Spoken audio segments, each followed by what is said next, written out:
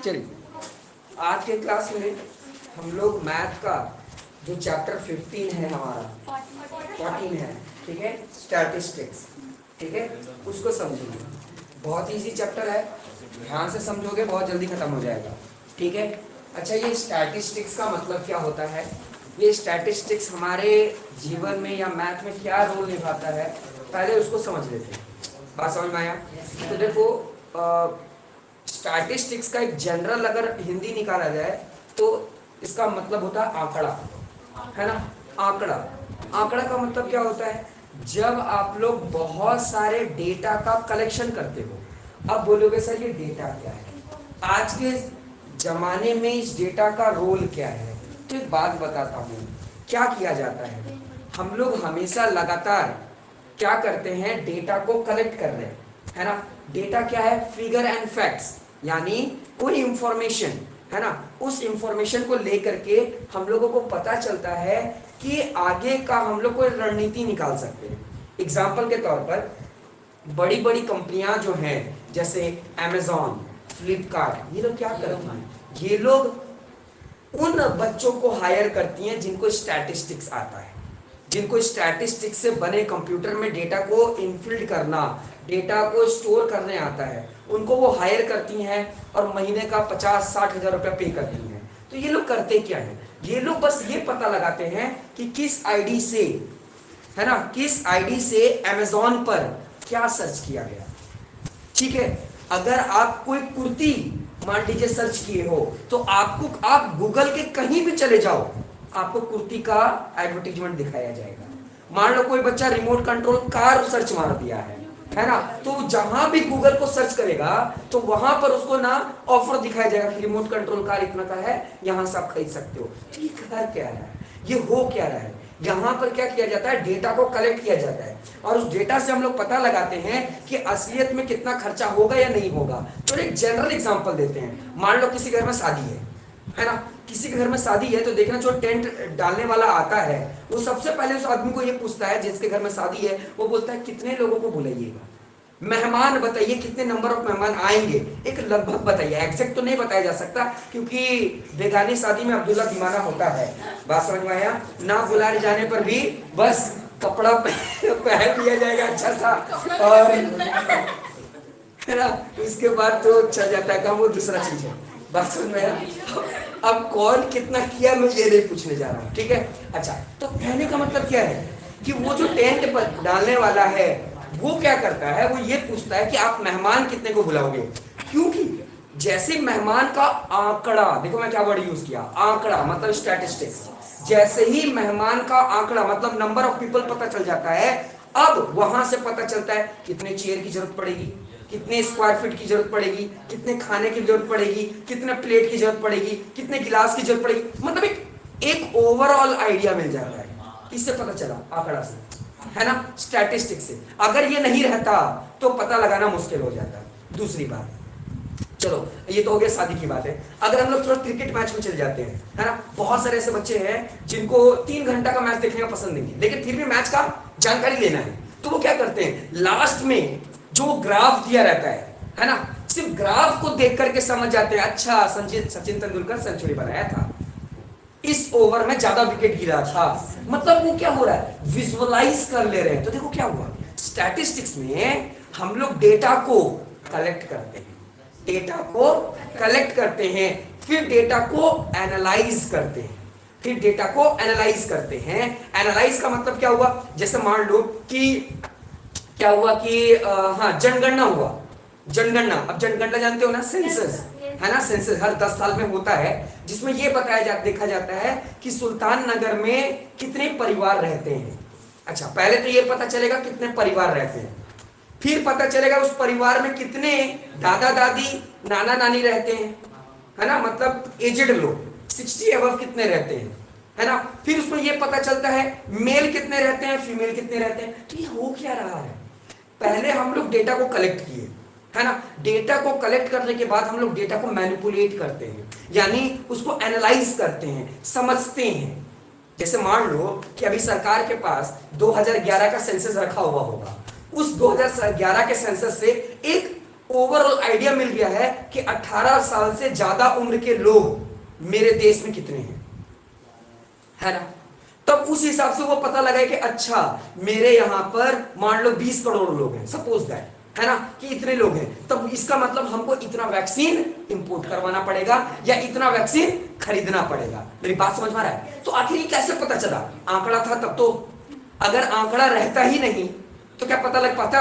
नहीं लग पाता। चलो मैं थोड़ा ट्यूशन की बात करता हूँ, स्कूल की बात करता हूँ। स्कूल में क्या होता है कि पहले स्कूल वाले देखते हैं कितने बच्चे को एडमिशन हुआ है ना, एडमिशन कितना हुआ है, फिर देखते हैं कितने कौन से क्लास में हुआ है, कौन से क्लास में कितने बच्चे का एडमिशन हुआ है, उस हिसाब से फिर बेंच बनते हैं।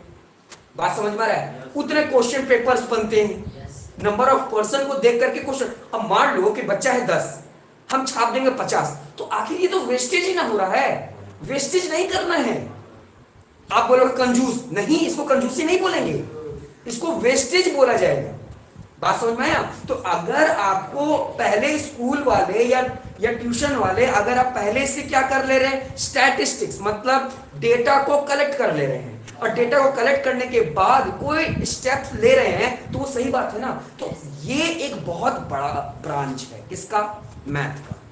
ये अलग से तुमको जॉब दिलवा देगा। अच्छा, अभी तो 10 क्लास तक अगर आप मैथ लेते हो तब तो ये स्टैटिस्टिक्स मैथ में दिखेगा, स्टैटिस्टिक्स मैथ में दिखेगा। लेकिन कुछ बच्चा बोलेगा कि सर हम तो साइंस लेंगे ही, हम तो आर्ट्स में चले जाएंगे, हमको आर्ट्स पढ़ना है। तो यही स्टैटिस्टिक्स बुक बन जाएगा, मैथ नहीं, नाम ही होगा स्टैटिस्टिक्स।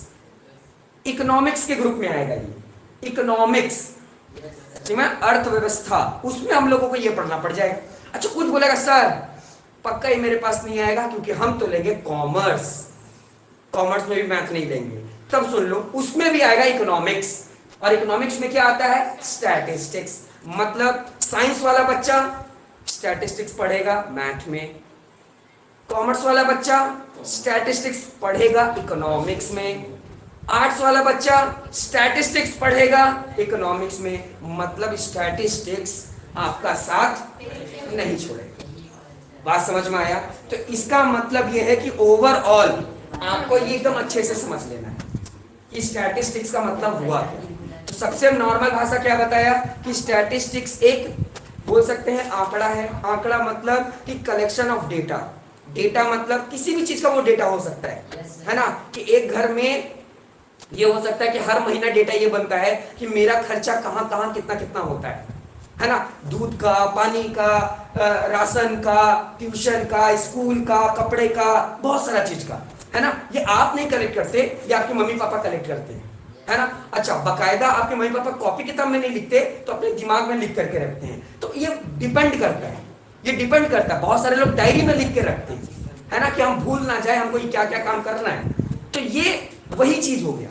इस चैप्टर में हम लोग डेटा को कैसे कलेक्ट किया जाता है, डेटा को कैसे एनालाइज किया जाता है, डेटा को कैसे इंटरप्रेट किया जाता है, वो समझेंगे। बात समझ में आया?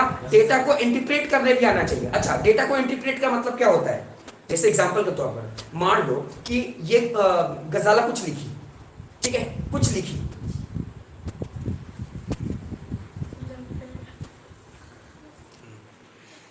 गजाला मान लो कुछ लिखी, ठीक है। अगर वो एकदम डॉक्टर राइटिंग में लिख देगी और लिख के कोई इंफॉर्मेशन ही था, वो इंफॉर्मेशन ही था, अगर वो डॉक्टर राइटिंग में लिख के छोड़ के चली गई और फिर सबीना आएगी उसको पढ़ने की कोशिश करेगी, क्या पढ़ पाएगी? नहीं पढ़ पाएगी। यानी हमको इस तरीके से लिखना है ताकि वो डेटा किसी और को भी दिया जाए तो उस डेटा को वो क्या कर सके? समझ सके। उसी को बोलते हैं इंटरप्रेट करना, है ना, यानी समझना, है ना। तो देखो, डेटा का कलेक्शन दो तरीके से हो सकता है। एक होता है ग्रुप्ड, एक होता है अनग्रुप्ड, ठीक है, ग्रुप और अनग्रुप। तो पहले सिंपल सी बात क्या है कि डेटा कलेक्शन हम लोग दो तरीके से करते हैं। या तो हम लोग करते हैं ग्रुप्ड से, है ना, या तो करते हैं अनग्रुप्ड।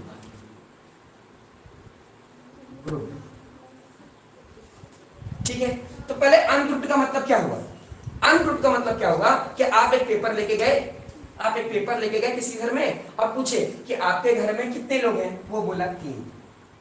दूसरे के घर में गए, पूछे कितने लोग हैं, बोला 4, कितने हैं 2, कितने हैं 8, कितने हैं 10, कितने हैं 5, 6, 7, ये हो गया अनग्रुप। बात समझ में आया? अच्छा, कुछ लोग क्या किए और अच्छी तरीके से, एडवांस तरीके से, वो क्या किए, पहले एक टेबल बना ली, टेबल बना ली कि जिसके घर में 0 से लेकर 2 बच्चे मतलब होंगे या एक ही लोग होंगे तो उसको इस ग्रुप में डालेंगे, है ना। 2 से 4 होंगे यानी 4 से कम तो यहां पर डालेंगे। और अगर मान लो 4 से 6 होंगे, 6 से 8 होंगे, 8 से 10 होंगे, तो अब मान लो कि जो ये अनग्रुप लेकर गया था, पेपर लेके गया, मान लो तुम्हारे घर में पूछा कितने लोग हैं, 3 लोग, तुम्हारे लिख दिया 3, है ना, आगे बढ़ गया, ठीक है। लेकिन कोई ऐसा पर्सन इसके घर में आया और बोला कि हम भी ग्रुपिंग कर रहे हैं, ठीक है, हम पूछे कितने लोग हैं, वो बोला 3, तो हम कहां एंट्री कर दिए, यहां एंट्री कर दी। बात समझ में आ रहा कि नहीं आ रहा? तो देखो यहां से भी डेटा को कलेक्ट किया गया, यहां से भी डेटा को कलेक्ट किया गया, है ना। दोनों तरीके से डेटा को क्या किया जा रहा है, कलेक्ट किया जा रहा है। लेकिन ये डेटा अनग्रुप्ड है, ग्रुपिंग में नहीं है, ये ग्रुप कर दिया गया है, मतलब एक गठन बनाया गया है और उस गठन में रखा गया है कि इसमें कहां क्या होगा। बात समझ में आ रहा है? हाँ, तो कहने का मतलब क्या है कि जब हम लोग डेटा को कलेक्ट करते हैं तो कलेक्ट 2 तरीके से करते हैं, या तो हम लोग ग्रुप्ड डेटा रखते हैं, ठीक है, या तो हम लोग अनग्रुप्ड डेटा रखते हैं। अनग्रुप्ड का मतलब ये हो गया जैसे मान लो सीक्वेंस में रहता है, ठीक है, किस में रहेगा, सीक्वेंस में रहेगा, ये पूरा ऐसे नंबर में लिखा रहेगा बस। तो आप समझ लेना कि वो जो डेटा कलेक्ट किया गया है वो अनग्रुप्ड किया गया है, उसमें ज्यादा मेहनत नहीं है। अच्छा, इसमें और इसमें देखो क्या होगा, मेहनत इसमें ज्यादा है, लेकिन अगर आगे के लिए देखा जाए तो ये ज्यादा बेटर होगा, है ना। इसको इंटरप्रेट करना, इसको एनालाइज करना, रेक्टिफाई करना, उसके मुकाबले ये ज्यादा इजी होगा, इसको समझना भी थोड़ा ज्यादा इजी होगा। अभी आप सोच रहे सर ये तो इतना छोटा, हम तो खुद देख लेंगे ऐसे ही, मान लो यही डेटा बहुत बड़ा सा हो गया, 50 डिजिट वाला हो गया, तब क्या करें? तो वो हर लाइन को देखना बहुत दिक्कत होगा। इसलिए हम क्या करते हैं, हम लोग कि अनग्रुप डेटा को कन्वर्ट करते हैं ग्रुप। कभी भी ऐसा नहीं बोलेगा कि ग्रुप को अनग्रुप करो, कभी भी ऐसा नहीं बोलेगा। बात समझ में आ रहा है? हाँ, लेकिन अनग्रुप को ग्रुप करने बोला जाता है। बात समझ में आया? घर में अगर आप गए, है ना, आपकी मम्मी पापा आपको ये बोलेंगे कि हाँ बैग, कॉपी, किताब, चप्पल, जूता जो भी है उसको सीक्वेंस में रखो, सीक्वेंस में रखो। ये नहीं बोलेंगे कि जाओ सबको इधर उधर फेंक दो, जो रखा हुआ भी उसको इधर उधर फेंको, कभी बोलेंगे क्या? कभी नहीं बोलेंगे। जो सामान रखा हुआ है कायदे से उसको इधर से उधर फेंक दो, बेकार कर दो, खराब कर दो, वैसा नहीं बोलेंगे। हाँ, बात अलग है, बहुत सारे यहाँ पे जो डेली डाइट सुनते होंगे, मोजा उधर, जूता ये घाट में, बैग तीर घाट में, सब इधर उधर फेंकते हैं, है ना। 2-3 लोग के घर में अगर कॉल कर देना तो पूरा हिसाब किताब पता चल जाएगा, है ना। शर्ट कहीं और है, पैंट कहीं और है, इंसान कहीं और है। बात समझ में? तो कहने का मतलब क्या है, अनग्रुप्ड सही नहीं है, लेकिन फिर भी ये डेटा कलेक्शन का तरीका है ना, डेटा को कलेक्ट किया जाता है। अच्छा, डेटा कलेक्ट तो कर लिए, कलेक्ट करने के बाद हम लोग डेटा को एनालाइज करते हैं, है ना। अब ये एनालाइज का मतलब क्या है? ठीक है, घर में 3 परिवार हैं, मतलब 3 हैं, लेकिन 3 में कितने कितने उम्र के कौन लोग हैं, है ना। लिंग कौन सा है, स्त्रीलिंग है या पुल्लिंग है, बात समझ में आ रहा है। एजुकेटेड कितने लोग हैं, तो ये सब क्या हुआ, ये सब हुआ एनालिसिस, और अच्छी तरीके से एनालाइज करना। पहले तो हम लोग ये पता किए कि कितने लोग थे, फिर हम लोग और डीप गए, उनके क्वालिफिकेशन से लेकर सारी चीजें हम लोग धीरे धीरे पता लगाने, और वो डेटा को इस तरीके से रखे ताकि उस डेटा को क्या कर सके जाए, इंटरप्रेट किया जा सके, फिर कोई भी उसको देख करके समझ सके कि ये चीज क्या है। आप समझ गए, आप समझ गए, लेकिन उसको इस भाषा में लिख दिया जाए फिर दुनिया कोई नहीं समझ पाएगा, तो क्या फायदा होगा? नहीं। बात समझ में? मुफ्ती, मौलाना या पंडित जी क्यों आए? ये लोग का आने का मेन कारण क्या था? मेन कारण यही था कि जो हम लोग के दूत हैं, है ना, या हम लोग जिनकी आराधना करते हैं, उनका क्या कहना था, उनकी क्या वक्तव्य थी, उनकी बोलने की क्या बात थी, वो बात अपने ग्रंथ में लिखे, चाहे वो बाइबल हो, चाहे कुरान हो, चाहे गीता हो, किसी चीज भी हो, तो उस चीज को वो लिखे इस तरीके से ताकि हम उसको समझ सके। डॉक्टर भाषा में लिख देते तो उन लोगों को समझ में ही नहीं आता। वो बोले थे कि कभी भी जानवर को मत मारना, हम लोग मत हटा देते है ना, यानी जानवर को मारना। इंडिया में सबसे ज्यादा ऐसे ही ना होता है, यहाँ पेशाब करना मना है, मना को हटा देता है वो लोग। यहाँ थूकना मना है, मना को हटा देता है, मना पे ही थूक देता है ना। बस फिर सब वहीं पे चालू हो जाता है। हाँ बस वहां नो हटा देगा, वहां पर वहीं पार्किंग हो गया। तो ये सारी चीजें ना बहुत तेजी से इंडिया में की जाती है। तो कोई बात नहीं है। तो स्टैटिस्टिक्स क्या होता है समझ में आया? डाउट है? ठीक है। तो कलेक्शन डेटा का करना, उसको ग्रुप में करना, अनग्रुप में करना, और उसके बाद उसको एनालाइज करना, इंटीग्रेट करना, यही सारा चीज स्टैटिस्टिक्स कहलाता है। बोलो इंट्रोडक्शन समझ में आया? बोलो क्या 7 रहेगा?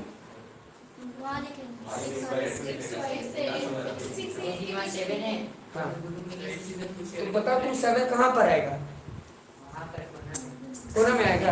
यहाँ पर आएगा, इनके बीच में आएगा।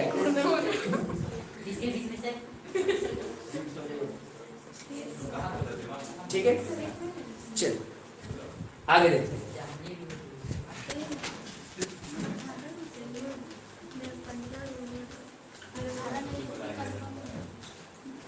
अब इस डेटा के कलेक्शन के लिए कुछ टेक्निकल वर्ड यूज किए जाते हैं, है ना।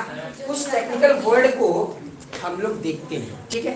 तो अगर ध्यान देना 2 4 8 7 1 2 6 8 ऐसा करके लिखा हुआ है, तो इन सारे को ना हम लोग डेटा कहते हैं। इनको हम लोग क्या कहते हैं? डेटा। बहुत सारे लोग इसको डाटा कहते हैं। आपकी मर्जी है, डेटा बोलो या डाटा बोलो, प्रोनाउंसिएशन चलता है। बात समझ में? तो ये जो डेटा है, ये डेटा आपको कोई ना कोई जानकारी दे रहा है। देखो इस डेटा से जब हम इसको इंटीग्रेट करेंगे, एनालाइज करेंगे, अच्छी तरीके से ऑर्गेनाइज करेंगे, तो ऑर्गेनाइज करने के दौरान हम लोग को ये पता चलेगा कि जो 2 है ना वो 2 बार आया है, और 8 जो है वो भी 2 बार आया है। लेकिन ये कब पता चलेगा? जब हम अच्छी तरीके से ग्रुपिंग करते हैं, है ना। तो ग्रुपिंग करने के लिए हम लोग इसको ना क्लास भी कहते हैं। इसको क्या कहते हैं? क्लास, है ना। तो अब हम लोग कुछ इसका वर्ड यूज करेंगे, ठीक है। जैसे मान लो कि जब हम लोग डेटा को ग्रुप से सेट करते हैं, ग्रुप, ठीक है। अनग्रुप तो हम लोग को वैसे ही मिल जाता है। ग्रुप की जब बात करेंगे तो ग्रुप में जैसे मान लो रहेगा 0 से 5 से, इसका मतलब हो गया से, है ना। से या 2 जिसको बोलते हैं हम लोग, है ना। 0 to 5, है ना, या 0 से 5, ठीक है। ध्यान देना। तो ये जो चीज है, ये दोनों, जैसे मान लो यहाँ पर नेक्स्ट था 5 to 10 और 10 to 15, ठीक है। तो इसको ध्यान देना, इसको ये जो बना हुआ है ना, इसको पूरा मिला करके अगर ऐसे ग्रुप बोले इसको, तो इसको हम लोग बोलते हैं क्लास इंटरवल। क्लास इंटरवल, ठीक है। ये हो गया क्लास इंटरवल। तो अगर कोई पूछेगा कि इस ग्रुप में कितने क्लास इंटरवल दिख रहे हैं, तो 1 2 3, ये 3 क्लास इंटरवल इस ग्रुप में, है ना। पहला वाला जो ये पूरा है, ये पहला क्लास इंटरवल, ये दूसरा क्लास इंटरवल, ये तीसरा क्लास इंटरवल, है ना। और हर क्लास इंटरवल के अंदर, हर क्लास इंटरवल के अंदर कुछ और पार्ट होते हैं। जो ये 0 है ना, पर्टिकुलर ये 0, इसको हम लोग बोलते हैं लोअर लिमिट, लोअर लिमिट, और इसको हम लोग L से डिनोट करते हैं, ठीक है। और ये जो है ना 5, इसको हम लोग कहते हैं अपर लिमिट, और इसको हम लोग U से डिनोट करते हैं, कैपिटल U, ठीक है। अब ध्यान दो, ध्यान देना, ये दोनों जो चीज था इसको हम लोग क्लास इंटरवल कहें, ठीक है। और इस क्लास इंटरवल के अंदर जो सबसे कम नंबर था जो पहले में था, उसको लोअर लिमिट कहे, है ना, या इसको लोअर वैल्यू भी बोल सकते हो, ठीक है। और जो हाईएस्ट था इसमें, है ना, इसमें इस क्लास इंटरवल में जो हाईएस्ट था उसको हम लोग अपर लिमिट या अपर वैल्यू भी कहते हैं। बात समझ में आया? अच्छा, इन दोनों के बीच में कोई नंबर आता होगा, इन दोनों के एकदम बीचों बीच एक नंबर आता होगा, है ना? तो वो जो एकदम बीच में नंबर आता है, हम लोग जानते हैं वो 2.5 आ रहा है, लेकिन उसको कहते क्या है? उसको बोलते हैं क्लास मार्क्स। क्या कहते हैं? Class mark. अब ये क्लास मार्क निकलता कैसे है? क्लास में क्या करते हैं कि हम लोग अपर लिमिट को प्लस करते हैं लोअर लिमिट से और डिवाइड कर देते हैं 2। ठीक है, तो अगर मैं इस पहले वाले क्लास इंटरवल में अगर क्लास मार्क निकालना चाहूं तो इसका मतलब क्या है कि अपर लिमिट था 5, लोअर लिमिट था 0 डिवाइडेड बाय 2, तो क्या हो जाएगा 5/2 और डिवाइड करेंगे तो आ जाएगा 2.5। मतलब 2.5 जो है वो इस क्लास इंटरवल का क्लास मार्क है। बात समझ में आ रहा है? फिर से बोल रहा हूं, ध्यान देना, ये जो 2.5 है, ये जो 2.5 है वो पहले वाले क्लास इंटरवल का, पहले वाले क्लास इंटरवल का क्लास मार्क है। बात समझ में आया? अब पूछ सकता है क्या क्वेश्चन में? पूछ सकता है कि 12.5, देखो क्वेश्चन कैसे पूछेगा, है ना? क्वेश्चन पूछेगा कि 12.5 क्लास मार्क है, क्लास मार्क है, लेकिन कौन से इंटरवल का, कौन से इंटरवल का? और ऑप्शन देगा class interval 1, class interval 2, class interval 3, class interval 4। क्या टिक लगाओगे?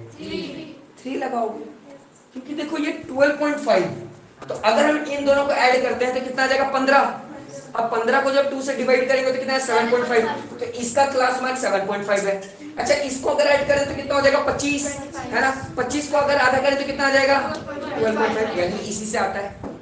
अगर इसको कर रहे होते तो कितना होता है? 35, 35 का आधा करते तो वो इसके ग्रुप का आता है ना, इसका क्लास मार्क होता है। तो यहाँ पर क्या बोला गया कि ये जो 12.5 है ये क्लास मार्क है, क्लास मार्क है, लेकिन कौन से इंटरवल का, कौन से क्लास इंटरवल का? तो आंसर होगा कि ये थर्ड क्लास इंटरवल का क्लास मार्क है।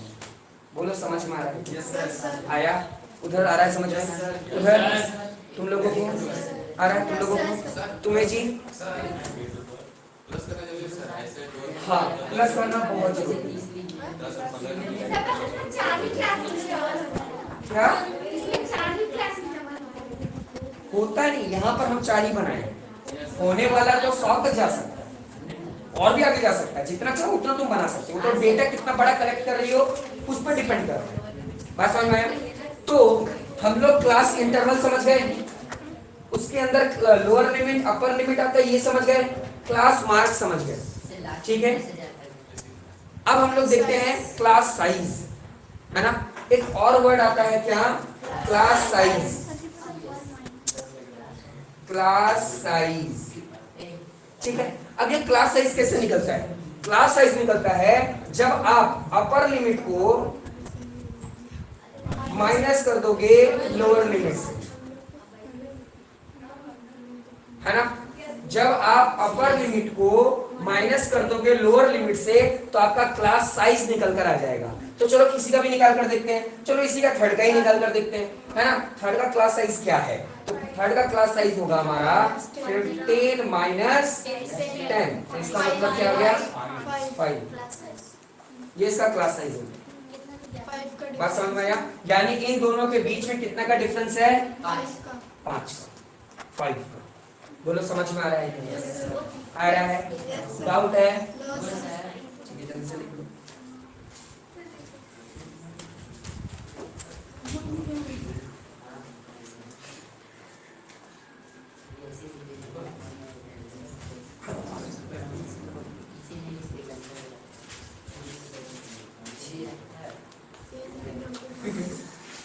आर वाले क्या होगा?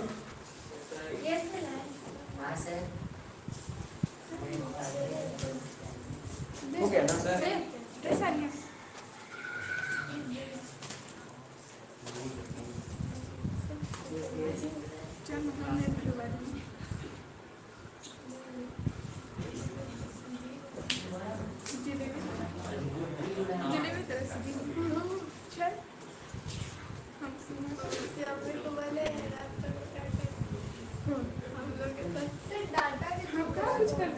क्या डाटा? हाँ, primary data, secondary data.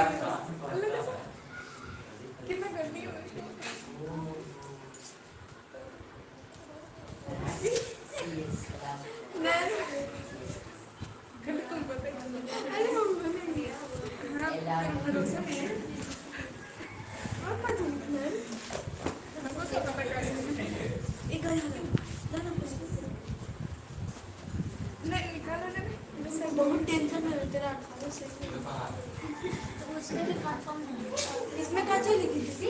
Different गलत है, गलत है। सारे तो बोले नहीं पहले से डिफरेंट क्या 4 क्वाड्रेंट से ज्यादा होता है का?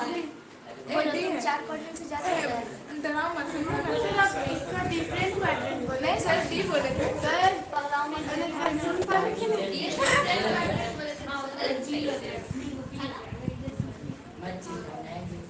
वो भी गलत हो गया। 4 का भी तो गलत है। 4 का जी होगा, तुम भी बताइए। हम भी तो बीए किए। हाँ इधर कोई डी होगा। अच्छा हम भी किए। अपोजिट एंगल भी किए। सही है, ये भी मैंने गलत है। तुम क्या किए? अपोजिट एंगल किए, राइट एंगल। ये वाला भी हम एक किए। ये वाला भी करते हैं। ठीक है, तो ये समझ में आ गया ना तुम लोगों को?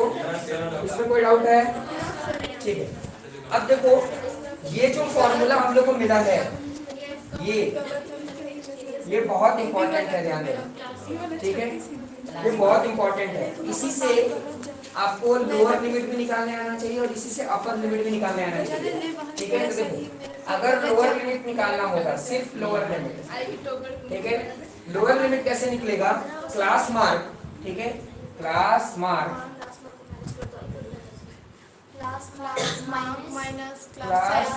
माइनस, अब क्या है? Upper limit by 2। Class size होगा तब नहीं, क्लास मार्क होगा। अपर लिमिट, हाँ क्लास साइज, वही तो क्लास साइज होगा।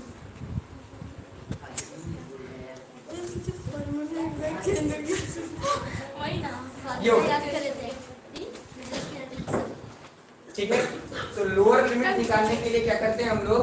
क्लास मार्क को है ना माइनस कर देते हैं और क्लास साइज बाई 2, यानी इन दोनों को डिवाइड कर दो, जो भी आंसर आएगा उसको इससे माइनस कर देना।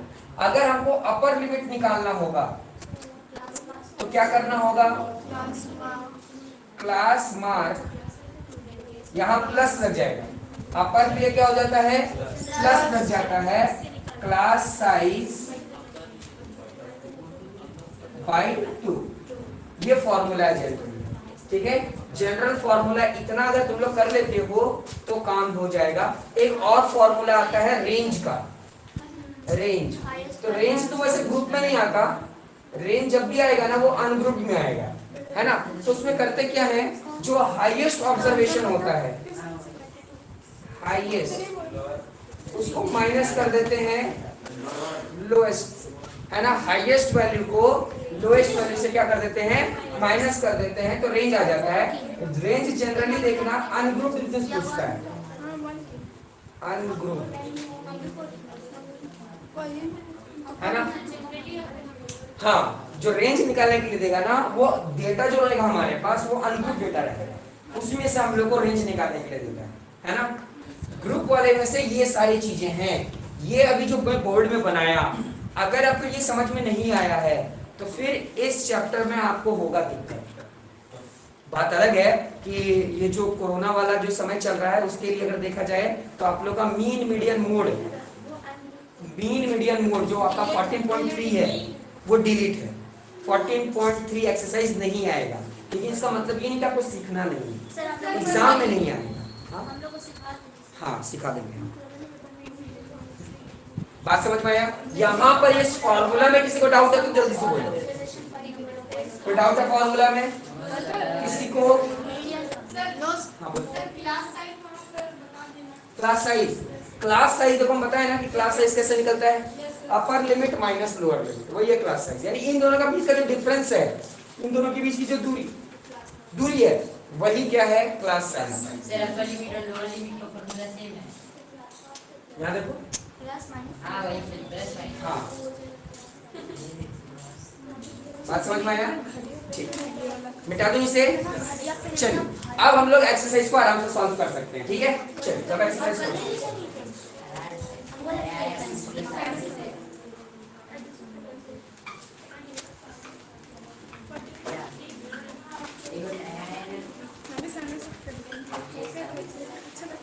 पूरा ब्लैक ही यूज खाली ब्लैक दे दो।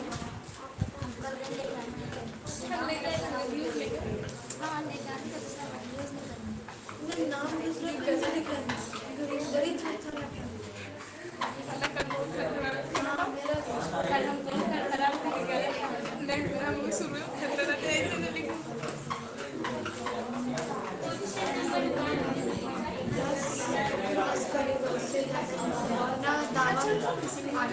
चलिए तो एक्सरसाइज 14.1 का क्वेश्चन नंबर 1 सॉल्व करें, ठीक है। एक्सरसाइज 14.1 का क्वेश्चन नंबर 1। तो देखिए सबसे पहले नहीं, तो देखिए यहाँ पर क्या लिखा हुआ है, a blood group of 30 students of class 8 are recorded. देखो रिकॉर्डेड मतलब कोई क्या किया है, कोई डेटा को कलेक्ट किया है, ठीक है। अच्छा 14.1 नहीं पढ़ना है, वो तो सिर्फ तू कर दे, ठीक है। 14.2 होगा डायरेक्ट, 1 में तो सिर्फ जो इंट्रोडक्शन बताया ना उसमें से, ठीक है। तो देखिए 14.2 में क्या है, the blood group of 30 student of class 8 are recorded. मतलब किसी ने क्या किया है कि 30 स्टूडेंट का जो ब्लड ग्रुप है उसको क्या कर दिया, रिकॉर्ड कर दिया है। अच्छा रिकॉर्ड कैसा किया है, ग्रुप या अनग्रुप, अनग्रुप्ड किया है, ठीक है। यानी 30 लोगों से उसने क्या किया है, जो क्लास 8 के थे उनका ब्लड ग्रुप पूछ लिया है, ठीक है। तो देखो क्या है, ए बी ओ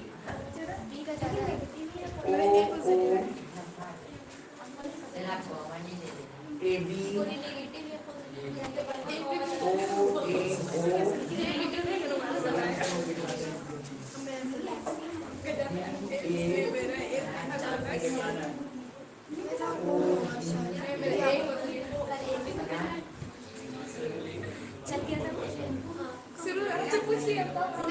बाहर क्या कुछ काम उसके लिए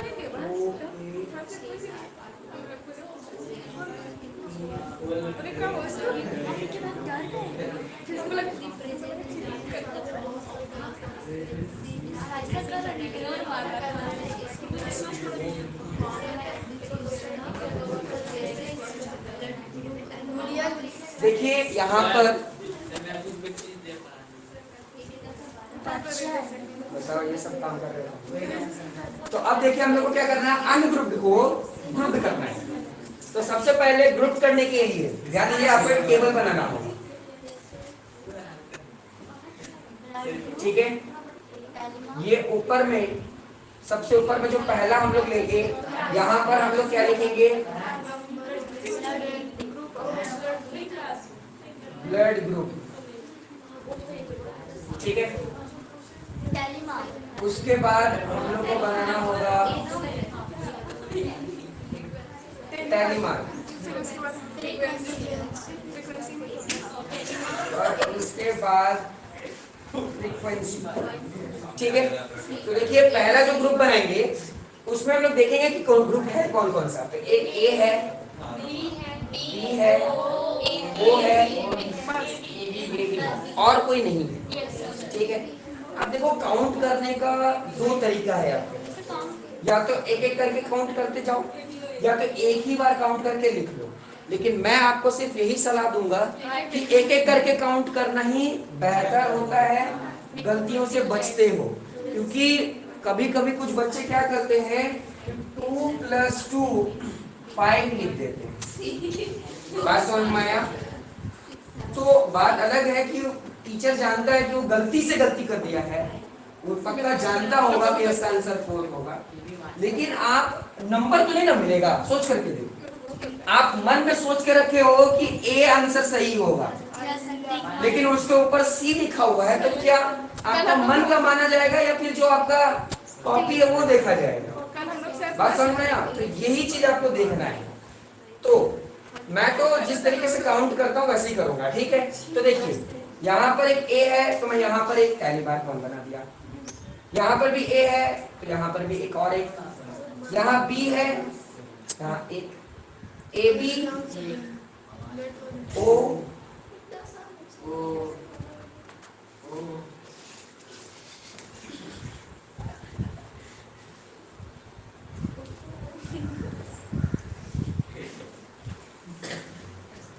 यहाँ पर देखिए 4 हो गया ना। अब ये जो मैं काट रहा हूं तो ये 5वां है, तो 5वां के लिए 5 लाइन नहीं करना है, ये साइड से पढ़ते आ रहे हो, है ना, ऊपर से नीचे। अच्छा, काटने का भी तरीका है, ऐसे काट दोगे तो आपका गलती है। जब भी काटना है तो आपको अप से डाउन लेकर आना है। बात समझ में आया? तो ये काटने का तरीका है टेलीमार्क को, जब 5वां आप क्रिएट करते हो, ठीक है? उसके बाद देखिए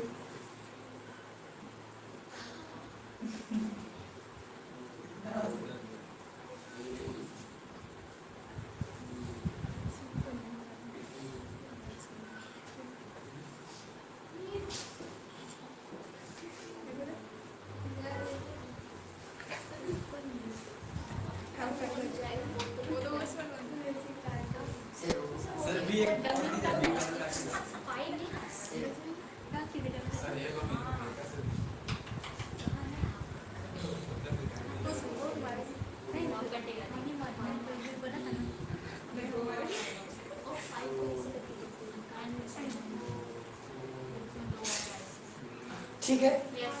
अब डेटा को क्या करते हैं, कलेक्ट कर तो कर लिए हैं, अब हम लोग एनालाइज कर लेते हैं, ठीक है? अब डेटा को एनालाइज किया जा रहा है। 5 4 9, ठीक है, 5 7 12 और 3, क्या देखिए टोटल 30 हो रहा है। तो ये अब देखिए अगर ये 3 है और ये 7 है, ध्यान दीजिएगा, तो 10 हो गया, ये तो 10 हो गया, और इन दोनों को मिलकर ये कितना होना चाहिए था? इन दोनों को मिलकर के 19 हो रहा है, यानी एक एक्स्ट्रा काउंट कर दिया गया है इसे। बात समझ में आ रहा है? एक एक्स्ट्रा काउंट हुआ इसमें, यहाँ पर एक ही था। बात समझ में आ रहा है कि नहीं? तो अब ये कितना हो गया? 30। बात समझ में आ गया? ये डेटा पूरे 30 स्टूडेंट का कलेक्ट कर लिया गया। बात समझ में आ रहा है ना? तो इस तरीके से क्वेश्चन नंबर 1 आपका सॉल्व हो जाता। अब इसके बाद आपको करना क्या है, इसके क्वेश्चंस को सॉल्व करना है। तो देखिए इसमें क्वेश्चन क्या पूछा गया है कि represent this data in the form of frequency distribution table. इसी जो टेबल बना हुआ है ना, इसी टेबल को क्या बोलते हैं? फ्रीक्वेंसी डिस्ट्रीब्यूशन टेबल, ठीक है? फिर पूछ रहा है which is the most common, मतलब कॉमन का मतलब जो सबसे ज्यादा मात्रा में ब्लड दिख रहा है, तो सबसे ज्यादा मात्रा में जो ब्लड दिख रहा है वो कौन है? ओ। बात समझ में आया? और पूछ रहे हैं कि and which is the rarest, rarest का मतलब होता है बहुत कम, तो सबसे कम कौन है? ए बी, है ना? ए बी उस पूरे 30 बच्चों में देखा गया तो बहुत कम ए बी नाम के जो ब्लड ग्रुप थे वो 3 ही बच्चों का था, और सबसे ज्यादा किसका था? ओ का था। तो इस तरीके से आपका पहला क्वेश्चन बन जाएगा। डाउट है किसी को? देखो ये चैप्टर है बहुत इजी, है ना? अगर आप चाहोगे ना तो खुद से एक दिन में बैठ के सारा बना लोगे। बात समझ में आया? लेकिन मुझे तो बताना ही पड़ेगा। देखिए क्वेश्चन नंबर 1 सबको समझ में आ गया ना? चलिए क्वेश्चन नंबर 2 देखते हैं।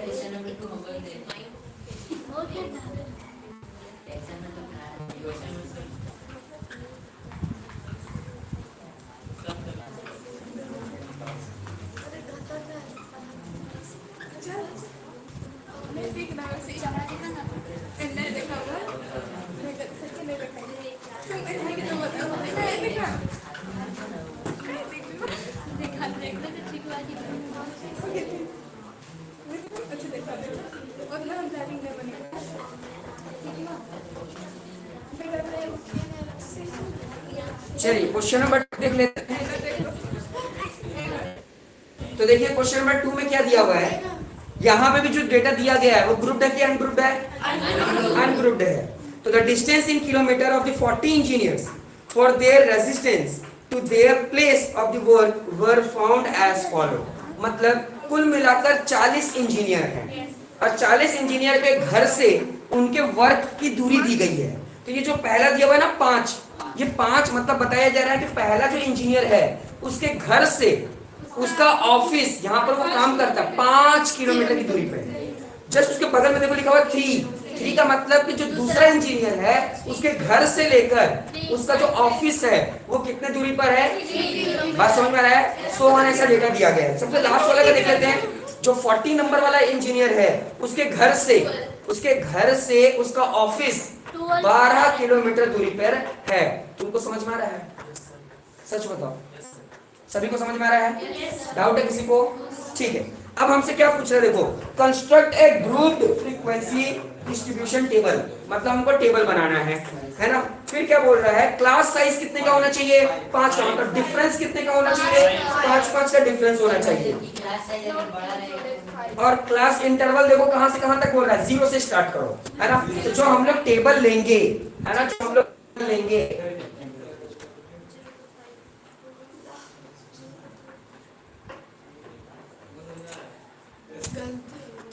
ठीक है। पहला वाला जो है, ध्यान देना, पहला वाला जो होगा ये हमारा क्लास इंटरवल है, क्लास इंटरवल। ये 0 से लेकर 5, 5 से लेकर 10, 10 से लेकर 15, 15 से लेकर 20, 20 से लेकर 25 और 25 से लेकर कितने किलोमीटर तक है ना सभी? 40 तक है। तो 40 लेना पड़ेगा।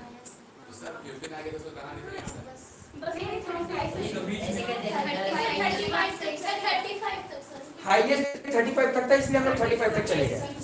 बात समझ में आ रहा है कि नहीं?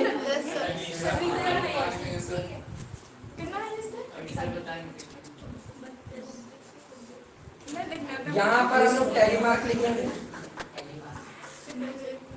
और यहाँ फ्रीक्वेंसी लिखेंगे, ठीक है। बाकी कुछ बच्चों का तो मुझे पता है कि उनको आता है, लेकिन कुछ बच्चों का मैं देख लेता हूँ पहले, ठीक है। चलिए आप बताइए, पहले हमको ये बताओ कि ये जो इंटरवल है ये कौन सा इंटरवल है?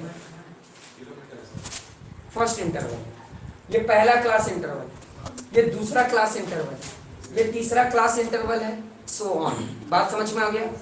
अब इस हिसाब से अब ध्यान देना, यहाँ पर 0 से लेकर 5 बोला है और यहाँ भी 5 से लेकर 10 बोला है, यहाँ भी 5 है, यहाँ भी 5 है।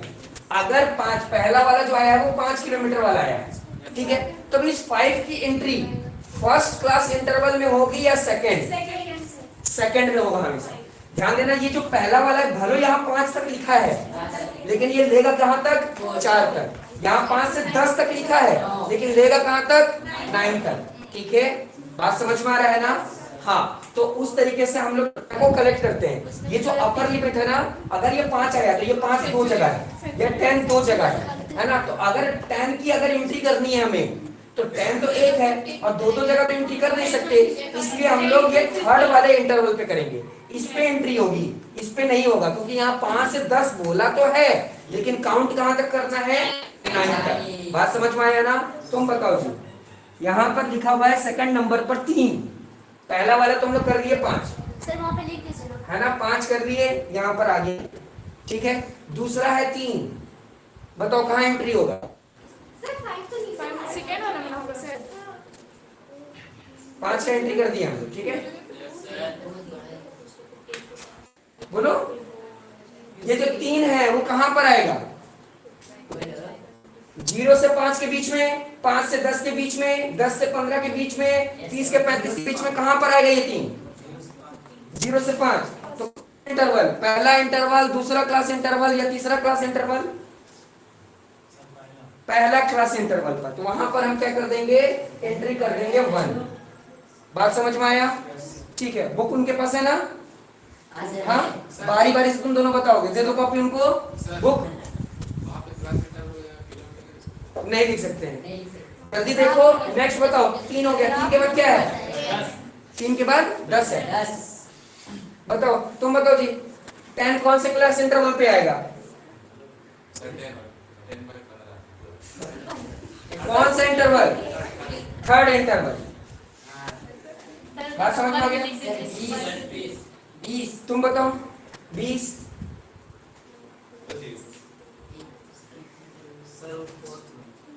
कौन सा? फोर्थ की फिफ्थ? हाँ फिफ्थ में। बात समझ में आ रहा है? इस तरीके से हम लोग को सारी एंट्री करनी है ना? पूरा का पूरा हम लोग जितना भी हमारे पास 40 डेटा होगा उन सब का क्या करेंगे हम लोग? एंट्री कर देंगे। एंट्री करने के बाद हम लोग देखेंगे, ध्यान देना 5 जब आएगा, मान लो 1 2 3 या 4 हो गया, 5वां यहाँ पर आ जाएगा, है ना? फिर मान लो 1 2 3 4 5 और फिर ये 2 आ गया। तो जब यहाँ काउंट करेंगे तो यहाँ कितना लिखेंगे? क्या समझ में आया? अगर ऐसे कर देगा तो टीचर भी ऐसे कर देगा।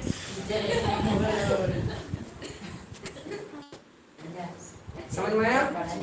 तो पता चल गया डेटा किस तरीके से इंसर्ट करना है हम लोगों को? कर पाओगे? अच्छा, डेटा को इंसर्ट करने के बाद मतलब ये डिस्ट्रीब्यूशन टेबल बनाने के बाद आपसे क्या पूछा जा रहा है? What main feature do you observe from the tabular representation? अब वो टेबल बनाने के बाद ही पता चलेगा। बात समझ में आया? तो देखो पूरा का पूरा ये एक्सरसाइज जो है वो कुछ इसी तरीके से डेटा को इंसर्ट करने का है। तुम लोग कर पाओगे कि नहीं पहले ये बताओ। अगर किसी भी तरह का डाउट है तो नेक्स्ट क्लास में पूछोगे। बात समझ में आया?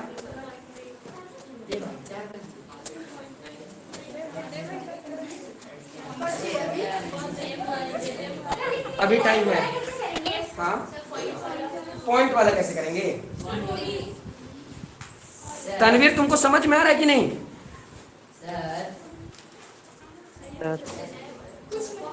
ठीक है।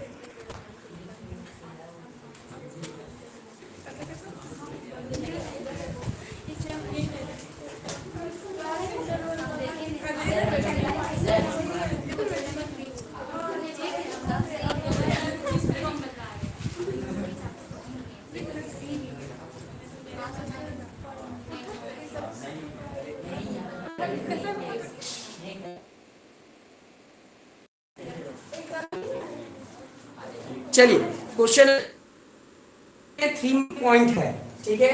पॉइंट वाला है वो कैसे बनेगा? क्वेश्चन नंबर 3 में क्या हुआ है? The relative humidity in percent of a certain city for the month of 30 days was as follow.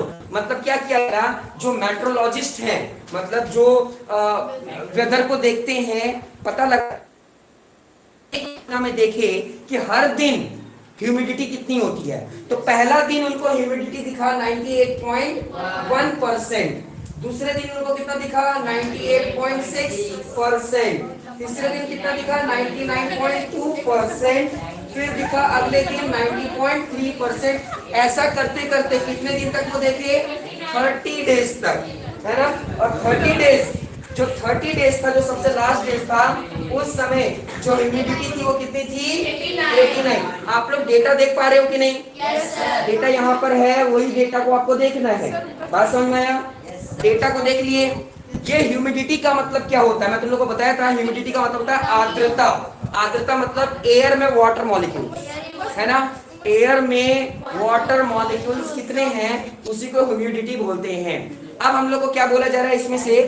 इसमें से हम लोग को बोला जा रहा है कंस्ट्रक्ट ए ग्रुप्ड फ्रीक्वेंसी डिस्ट्रीब्यूशन टेबल। देखो ग्रुप करना है क्योंकि हम लोग का डेटा किसमें दिया गया है? अनग्रुप्ड में। अब हम लोग इसको करेंगे ग्रुप। तो ग्रुप करने के लिए टेबल बनाया जाता है, ठीक है? इस तरीके से हम लोग टेबल बनाएंगे। पहले के लिए रहेगा ह्यूमिडिटी इन परसेंट, दूसरा होगा टेलीमार्क और तीसरा वाला होगा फ्रीक्वेंसी, ठीक है? अच्छा देखो ह्यूमिडिटी, पहले देखो कि ह्यूमिडिटी का सबसे लोएस्ट मार्क्स कितना है। सबसे लोएस्ट अगर ढूंढोगे तो 89 है। सबसे लोएस्ट जो है वो 86.5 है। हाँ सही बोला, 86.5 है। सर 84 से 86 का नीचे लिखा हुआ है। 84 से 86 वो बोला है लेकिन डेटा कहाँ है वो देखो पहले। हाँ 84.9 है। हाँ डेटा को अच्छे से एनालाइज कर लेना है, ठीक है। सर दोनों का डिफरेंस लेना है। 84.9 ये सबसे लोएस्ट है और हाईएस्ट कहाँ तक गया देखो 99.2 है कि उससे भी ज्यादा कोई है।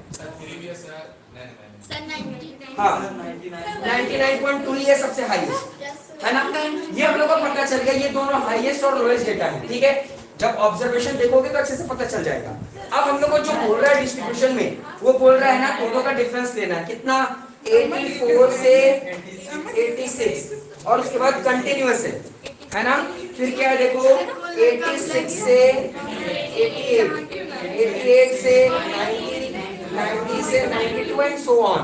बात समझ में आया। अब देखो यहाँ पर कितना लिखा हुआ है 98.1, ठीक है 98.1। तो 98.1 मैं तो बनाया ही नहीं, है ना। सर वहाँ समझा दीजिए 84 पॉइंट कुछ देकर 9 से। कोई ये वाला जो मैं बना दिया हूँ वो डेटा बता। Yes sir. सर 86 है। बना ही लेता हूँ थोड़ा। थोड़ा मारिए।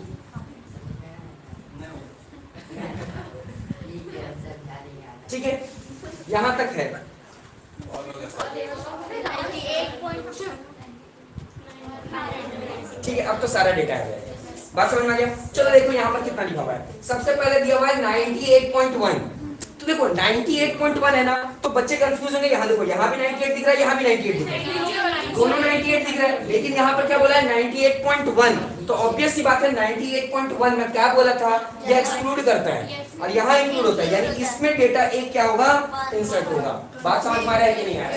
अच्छा नेक्स्ट देखिए क्या लिखा हुआ है 98.6। तो 98.6 है ना, तो पहले 98 देखिए, तो 98 किधर आएगा, यहीं पर आएगा ना, तो ऑब्वियस सी बात है दूसरा 98.6 इसी में आएगा। अच्छा यहाँ पर देखिए क्या लिखा हुआ है 99.2। पॉइंट को बाद में देखिएगा, पहले 99 देखिए, 99 किधर आएगा, तो ऑब्वियस सी बात है इसी में ही आएगा, सारा इसी में आएगा क्या। अच्छा ये देखिए यहाँ पर समझने वाली बात है, यहाँ क्या रहा है 90.3। तो देखो 90 आपका यहाँ भी है, 90 यहाँ भी है, लेकिन क्या बोला गया है 0.3। तो 90 ये वाला जो है 90.3, क्योंकि बस आपको ये देखना, पॉइंट तो वैसे ही आपको पता चल जाएगा, बस उनमें आपको बस सिर्फ आगे वाला वैल्यू देखना है, पॉइंट से घबराइए मत। तो ये क्या हो जाएगा यहाँ पर 90 का वाला। अब यहाँ पर देखिए क्या हुआ है 89, यहाँ पर क्या है 89। तो 89 का दो वैल्यू तो है ही नहीं, 89 इन दोनों के बीच में ही आएगा। बात समझ में आ रहा है कि नहीं आ रहा है। अच्छा पहले तुमसे ही पूछ लेते हैं, जल्दी से हमको बताओ 93.3, 93.3 जल्दी से बताओ। First class interval, second, third, fourth, fifth, six, 7, 8। सभी ने थोड़ा सा देखो।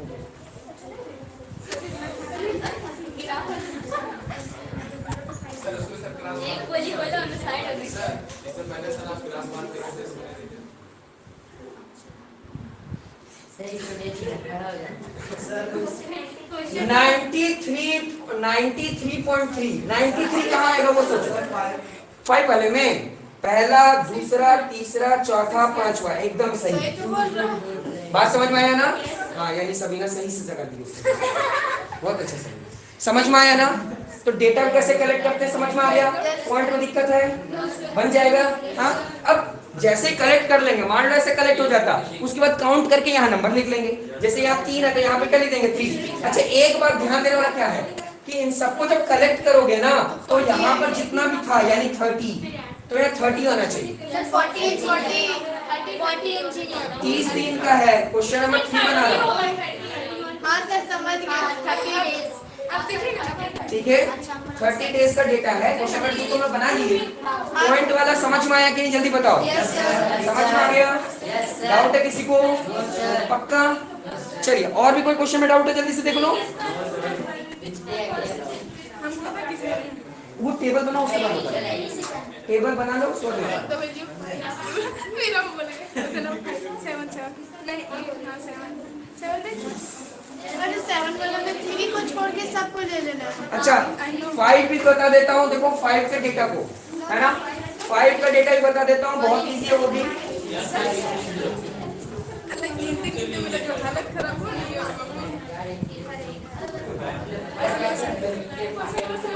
जिसका तुमने चीज़ा और उसके में और दिक्कत हो रहा है। हम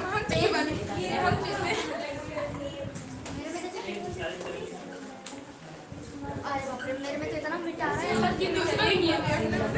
देखो क्वेश्चन नंबर 5, यस सर। ध्यान दो। क्वेश्चन नंबर 5 में क्या है, ध्यान से समझो।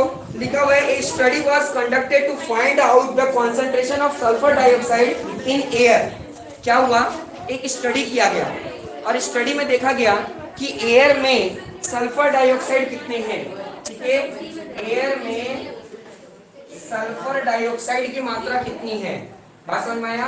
कॉन्सेंट्रेशन ऑफ सल्फर डाइऑक्साइड को देखा जा रहा है, ये हार्मफुल गैस होता है। बात समझ में आया। ठीक है, ये एयर में सल्फर डाइऑक्साइड कितने होते हैं ये हम लोग को फाइंड आउट करने के लिए बोला गया है। यहाँ पर कुछ डेटा दिए गए हैं, जैसे 0.03, मैं नीचे आ रहा हूँ। ठीक है, 0.16, 0.11, 0.08 और 0.11। सपोज दैट ऐसा दिया हुआ डेटा। ठीक है, और देखो हम लोग को जो ग्रुप डेटा बनाना है वो कहाँ से स्टार्ट करना है। हम लोग का क्लास इंटरवल स्टार्ट हो रहा है हमारा 0.00 से लेकर 0.04। इसका मतलब 4 का डिफरेंस है। ठीक है, 4 से लेकर ये 0.08, 0.08 से लेकर 0.12। बात समझ में आ रहा है ना। 4 ऐड करेंगे तो यहाँ पर कितना हो जाएगा, 12। ठीक है, 0.12 से कितना आ जाएगा, 0.16 और 0.16 से कितना आ जाएगा, 0.20। बात समझ में आ रहा है कि नहीं आ रहा है। ठीक है, अब हम लोग को डेटा देखना है तो यहाँ पर क्या लिखा हुआ है, 0.03। यहाँ देखो 0.03, तो देखो 0.03 इन्हीं के बीच में तो आएगा। ध्यान दे रहे, यहाँ 4 है, यहाँ 4 है, तो 4 अगर रहता 0.04 रहता तो इसकी एंट्री यहाँ पर होती। बात समझ में आया। लेकिन 0.03 है तो इसकी डेटा एंट्री कहाँ होगी। ठीक है, तुम बताओ जी 0.16 की एंट्री कहाँ पर होगी। पहला क्लास इंटरवल, दूसरा, तीसरा, चौथा या पांचवा। सभी ना देखने दो।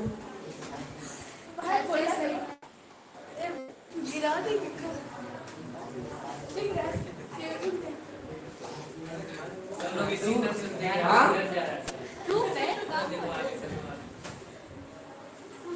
0.16 कहाँ आएगा, इसके बीच में या इसके बीच में या इसके बीच में या इसके बीच में। नीचे वाला कौन सा है क्लास इंटरवल। हाँ, बात समझ में आ गया, सबको समझ में आ रहा है ना कहाँ पर एंट्री होगी। तो अब मेरे को ऐसा लगता है कि आप आराम से सारा क्वेश्चंस बना लेंगे। ठीक है, तो आपका ये होमवर्क हो जाएगा, जल्द से जल्द ये क्वेश्चंस आप लोग बना लेना। ठीक है, आज की क्लास इतना ही है, मिलते हैं नेक्स्ट क्लास में। 14.3 नहीं आ रहा है। सुनो, AKPS के बच्चों और जिनका भी एग्जाम चल रहा है, तुम लोग सभी का चल रहा है ना, तो अभी ये होमवर्क नहीं देखूंगा, अभी ये होमवर्क तो नहीं देखूंगा, लेकिन जैसे एग्जाम खत्म होता है तुम दोनों का तो देखूंगा, तुम दोनों का कल ही देखूंगा बाबा, क्योंकि तुम लोग का एग्जाम नहीं चल रहा है। जब तुम लोग का एग्जाम चलेगा तो तुम लोग को छूट मिलेगी। बात समझ में आया। हाँ, अभी इनका एग्जाम चल रहा है इसलिए इन लोगों को छूट दिया गया है। तुम्हारा एग्जाम नहीं चल रहा, हाँ, तो तुमको भी छूट नहीं है। करना सभी को ही है, ये मत सोचो कि हाँ करना सभी को, कोई बचेगा नहीं। ठीक है, तो मिलते हैं कल के क्लास में और आगे पढ़ाई करते हैं। जाइए, बेस्ट ऑफ लक, अच्छे से तैयारी कीजिए और एग्जाम में अच्छा मार्क्स लेकर आइए।